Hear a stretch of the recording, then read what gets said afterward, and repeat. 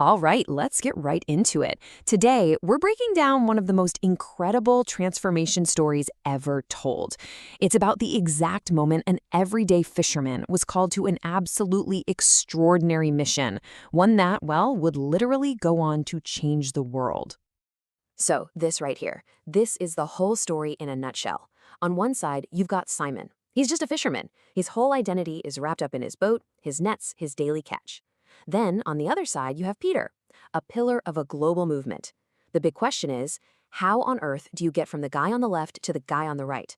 What could possibly happen on one single day to spark that kind of radical change? To really get the power of the miracle, we have to start with the mundane. This story doesn't kick off with a lightning bolt from heaven. Nope. It begins with a really, really bad day at work. Just try to put yourself there for a second. The Sea of Galilee. Simon and his crew have been out on the water all night long. This isn't a hobby for them, right? This is their job. They're professionals, and they have caught absolutely nothing. They are bone tired, they're frustrated, and they're about to head home completely empty-handed. It's a total professional bust. And it's that last little detail that just says it all. They were washing their nets. Can you feel that? It's the boring, monotonous cleanup after a long, pointless shift. And it is right here, in this moment of routine and failure, that something truly extraordinary is about to crash the party. And here's where things get interesting. There's a big crowd gathering around Jesus on the shore, so he does something pretty clever. He hops into Simon's boat, his office, his workspace, and asks him to push out a little. Now, this is more than just a practical move. It's incredibly symbolic. Jesus is about to use Simon's platform not just to talk to the crowd, but to completely remake Simon's life. Okay, so after he's done teaching, Jesus turns his full attention to the fisherman, who's just had the worst night of his professional life. This is the pivot point. This is where everything changes. Man, this sequence is just packed with tension. First, you get the command. Jesus, a carpenter, is telling Simon, a master fisherman, how to do his job. Can you imagine? So of course, there's the protest. Simon basically says, look, with all due respect, we're the experts, and trust me, there's nothing out there. But then comes this crucial moment of obedience. Against all logic, against his own professional experience, Simon says, okay, because you say so. And the result? It's not just a few fish. It's a catch so huge, so unbelievably massive, that the nets start ripping and the boats themselves begin to sink. It just completely demolishes everything Simon thought he knew. Now get this, Simon's reaction is not what you'd expect at all. He's not high-fiving his buddies. He's not thinking about the payday. He is so completely floored by the raw power he's just seen that his first instinct is to realize how unworthy he is. He sees this massive gulf between his own humanity and the divine power sitting right there in his boat, and it just brings him to his knees. But instead of leaving like Simon asks, Jesus doesn't respond with judgment. He responds with an invitation that's about to redefine everything Simon thought he was. Fear not. And then comes this unbelievable line. From now on, you will catch men. Wow. Jesus takes the one thing Simon knows inside and out, his entire identity as a fisherman, and he flips it, repurposing it for a brand new, much higher mission. So what does that even mean, to catch men? Well, it's way more than just a clever play on words. It's this powerful metaphor for a whole new job description.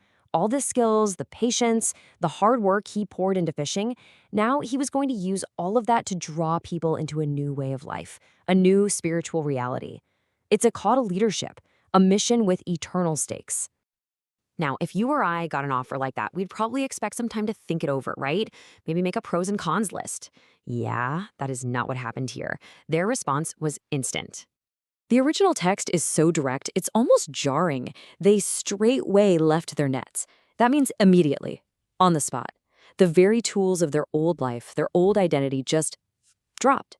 This wasn't a slow fade out, it was a clean break. A total, instantaneous act of radical trust in the man who just showed them he had authority over the natural world itself.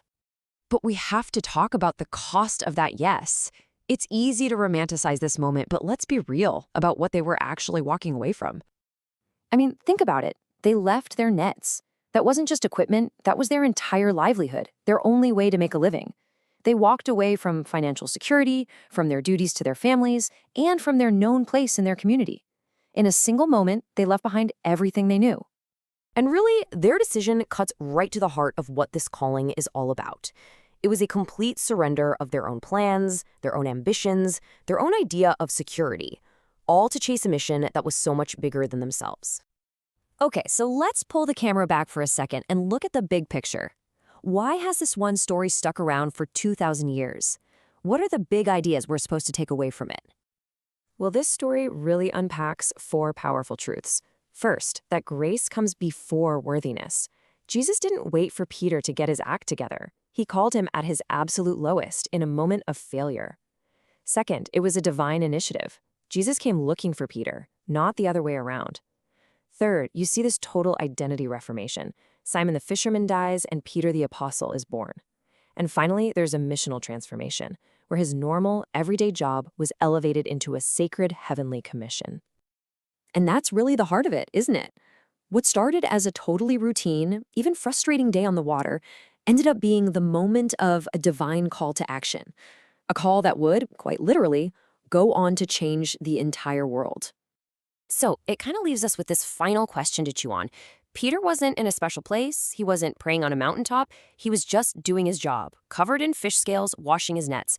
It just makes you wonder, doesn't it? How does the extraordinary find us, right in the middle of our own ordinary lives?